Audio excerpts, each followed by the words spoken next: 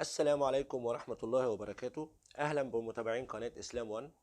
إن لو عندك بلاي ستيشن وعايز تغير الدراعات بتاعته الكاوتشات بتاعتها، فالنهاردة هنغير مع بعض كاوتشات دراع البلاي ستيشن. ده دراع البلاي ستيشن بتاعي اللي أنا عايز أغير كاوتشاته لأن هو كان بدأ يتقل كده ويعلق، فقررت إن أنا أغير كاوتشاته، ولقيت إن الفكرة بسيطة مفيهاش أي حاجة خالص، فهنغيره مع بعض دلوقتي. ورا في الدراع البلاي ستيشن هنلاقي 4 مسامير. هنحاول نفكهم، وبعد ما نفك ال4 مسامير دول، انت اول ما هتفتح الكفر اللي ورا ده، الكفر اللي ورا بتاع الدراع، اول ما هتفتحه هتلاقي فيه فلاتة كده، فاحنا اول ما هنفك المسامير مش عايزين نشد الكفر على طول. زائد ان الكفر بيبقى فيه حتة تركاية كده للدراع الجديد، بيبقى صعب شوية في الفتح، فتحس ان هو كليبساته لسه ناشفة يعني.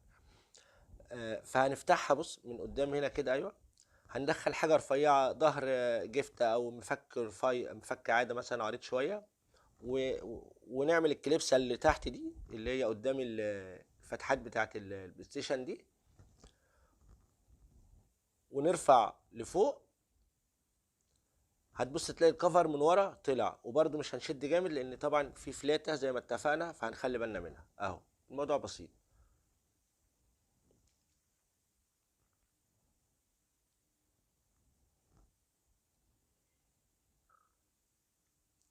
هنمسك الدراع كده ونرفع لفوق بالراحه اهي، الفلاتة موجوده شايفين اهي. هنمسكها بايدينا كده وهنخلعها، هي بسيطه داخله حشر كده، وكل حاجه بالراحه يعني ما فيهاش حاجه خالص. بس كده يبقى احنا فكينا الكفر اللي ورا بتاع الدراع. هنخليه على جنب. كل اللي انت شايفه ده مربوط مع بعضه يعني متوصل ببعضه، ودي بطاريه، دي البطاريه بتاعت الدراع. هنعمل ايه؟ في كليبسه هنا اهي، هنخلعها. هتشدها برضو كده بايدك وتشيلها برضو تحطها على جنب. البطاريه دي البطاريه بتاعت الدراع، اللي برضو عايز يغير بطاريه فبرضو البطاريه قدامك اهي اتخلعت، بسيطه يعني. بعد كده قاعده البطاريه دي معموله بكليبسين في البورده الخضراء اللي تحت دي، فاحنا بالجفته كده حاجه رفيعه، وهن يا دوب الكليبسه هيطلع معانا، هيطلع تاني ويطلع من هنا الناحية التانية، وبعد كده هنشيلها برضه. كده بقى يظهر لك الدراع، من ظهر الدراع كله. كده بالنسبة لك كل اللي انت شايفه ده متوصل ببعض مربوط، فاحنا نفكه بالمسمار اللي في النص ده. ويهتم انك ما تضغطش على الزراير بقى خلاص، لان انت لما هتضغط على الزراير انت كده هتضغط على الكاوتشات اللي تحت البوردة دي. حتى اللي ده الار 2 والال 2 الجماعة، كل ده متوصل ببعضه، كل ده في بوردة واحدة اللي هي دي. هيتفك بالمسمار ده، هنفك المسمار ده وهنرفع البوردة دي كلها كده من عند الجهاز الهزاز اللي تحت ده، المروحة التقيلة اللي تحت ده الهزاز فابريشن بتاع الدراع. هنمسكهم كده ونرفع، خلاص الدراع هيطلع معانا. بس قبل ما ترفع بقى، بعد ما تفك المسمار، في فلاتة تانية هوريها لك دلوقتي.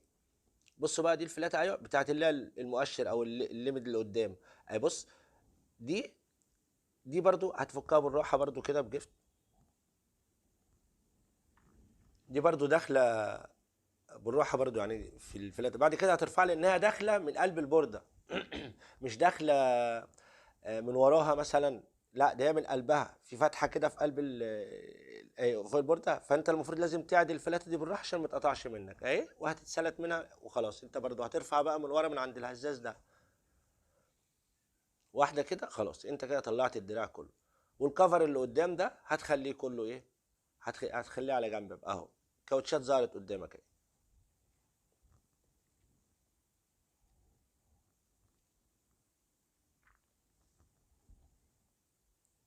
هنخليها برضو. دي الكاوتشات موجودة قدامك. انت لما هتروح تجيب كاوتشات جديدة، هيديك الكاوتشتين دول، وهيديك كاوتشات بتاعت الار 2، يبقى هيديك اتنين من دول من الكبار واتنين صغيرين من اللي انا هوريهم لك دلوقتي. انت يا دوب هتفك، هتخلع بقى، هتشيل الكاوتشة دي وتحط اللي شبهها، وتشيل الكاوتشة التانية وتحط اللي شبهها، لان هما شكلهم مختلف. وكمان في اماكن اهي اللي هي الصغيرة خالص انا وريتها لك دي في بنات بتبات فيها، فالمفروض ان هو يبات مرتاح، يعني الكفر الكاوتش بتاع الدراع دي تقعد في مكانها ثابت مرتاح. ده اهم حاجه في الايه، في في التركيب. بص بقى ايه، دي بقى انا جايب واحده بس لان انا عندي الار 2 بس هو اللي بيعلق، انما ال 2 معايا يعني الجنب التاني حلو. فانا هغير الكاوتشتين الكبار دول والكاوتشه الصغيره بتاعت الار 2.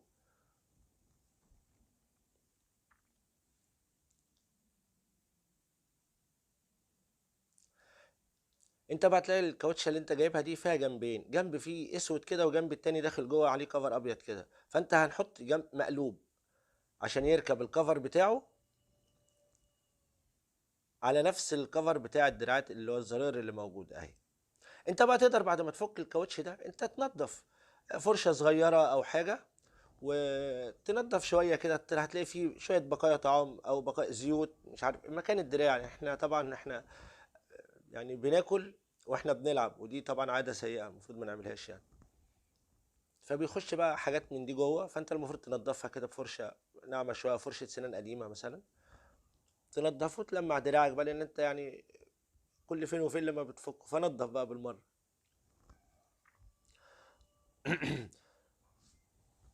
انت بقى انت لما خلعت زراير الاسهم او الاتجاهات، لما هتيجي تركبها هي لها عدله.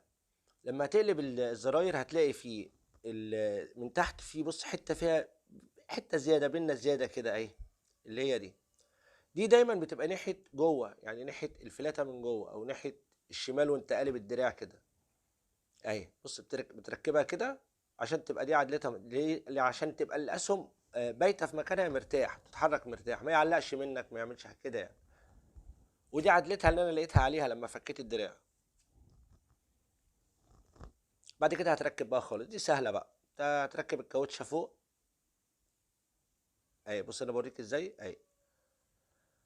هتركب الكاوتشه فوق كده، وهتبيت البنات اللي هي الكليبسات السوداء، في بزابيس سوداء كده في الدراع اهي، دي هتبيت فيها المكان الفتحات اللي في الكاوتش عشان يبقى الدراع الكاوتشه قفلت واحكمت يعني.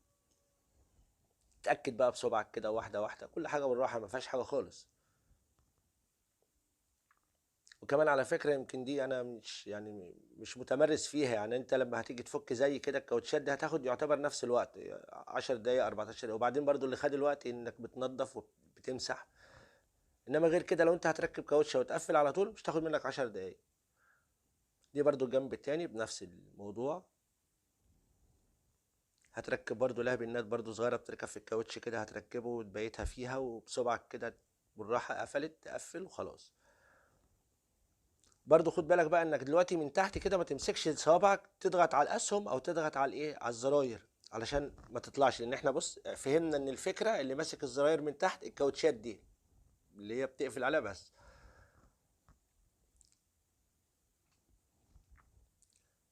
هاجي بقى اغير الكاوتشه بتاعت الار 2.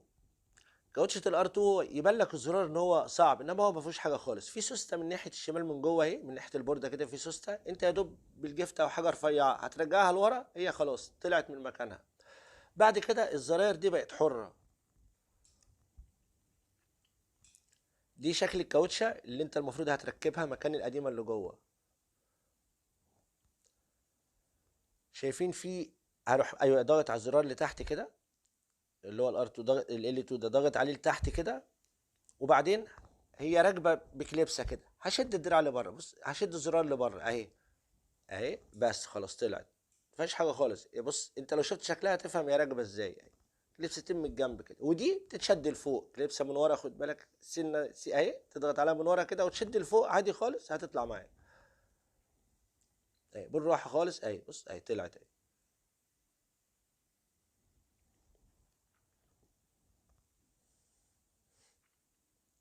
الكاوتشه بص راكبه فين، برضو لها عدله، وهتلاقيها واضحه. الكاوتشه معروفه في فتحه من قدام كده وفي فتحه من ورا كده، بس اللي قدام مختلفه شويه عشان بتبات في مكان برضو. بشيل الكاوتشه القديمه بركب الجديده. الجديده بقى هتلاقي الكاوتشه من تحت فيها زي بنتين برضو في الكاوتشه كده بتبات في مكان خرمين اهم، بص شايفين اهم دول. بتبات في مكان فتحتين كده عشان برضو ايه تطبع او تقفل او تحكم برضو، عشان لما تيجي تضغط الكاوتشه ما تتحركش من مكانها اهي. كل ده اماكن تثبيت اهي، اماكن تثبيت الكاوتشات اهي. تضغط بقى بتقفل عليها خالص، لان طبعا المكان ضيق، فانت بتضغط بحاجه رفيعه ما تبقاش برضو حد عشان ما تخرمش الكاوتشه او تقطعها. وبعد كده بترجع تركب تاني خالص. دي بتركب بس خلاص ركبت. والتانية بتضغط بتخليها بقى انت لقدام، بتميل لقدام وبتروح مركب، اي بتركبها من تحت كده، وبعد كده تروح ضغط الضغطه دي خلاص. وبالراحه كده السوسته اللي ورا هتعملها انت اول ما بتركب، هي ساعات السوسته بترجع لوحدها خلاص. كده يا ركبت اهي شغاله.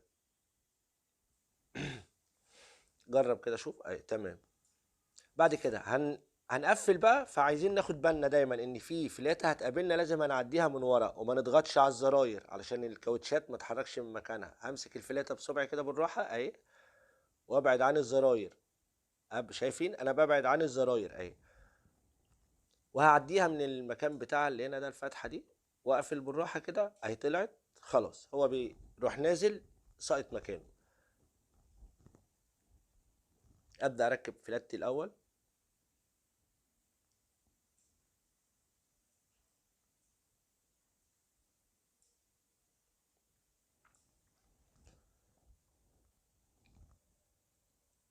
كل حاجة بالراحة، هي بتركب في مكانها ومعدولة بعدلتها، مفيش حاجة هتلخبط في حاجة يعني. قفلت واتأكدت خلاص. بعد كده هربط مسماري.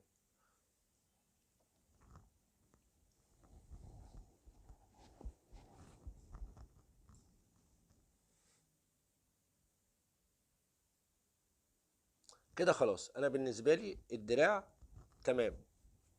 فاضل بقى الكفر اللي ورا.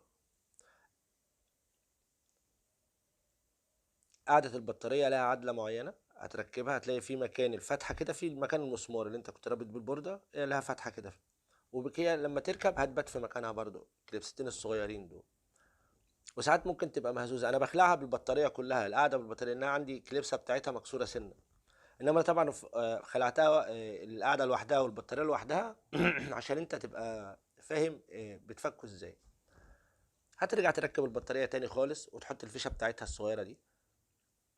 هي اول ما تحط في مكانها بتقعد بتبات عادي خالص اهي. خلاص. تبدا تضغط على الزرار تجرب تشوف البطاريه وصلت ولا لا، النور اللي عندك الفلاته واصله ولا لا.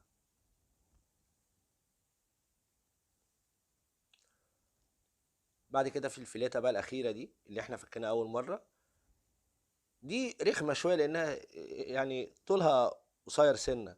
فدي حاول دايما تخلي يعني صبعك مرتاح وانت بتدخل فلات عشان تدخلها كويس.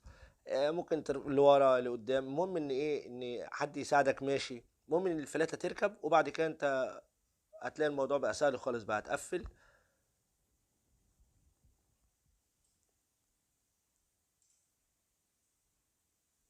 لما باجي اقفل بص من ورا الاول، وبعد كده من قدام اهي. خلاص قفلت كده. اضغط على الزرار بقى اجرب اشوفه بينور ولا لا. بس تمام. شوف نورت خلاص، البطاريه وصلت، الاضاءه وصلت. كده ان شاء الله الدراع تمام. بعد كده هقفل المسامير بتاعتي.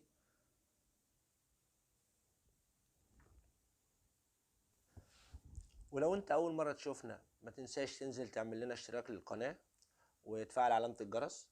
ولو انت مشترك معانا تعمل لنا لايك للفيديو ده، وتعمل شير عشان الكل يستفيد. ويا رب نكونوا بنفيدكم. والسلام عليكم ورحمة الله وبركاته.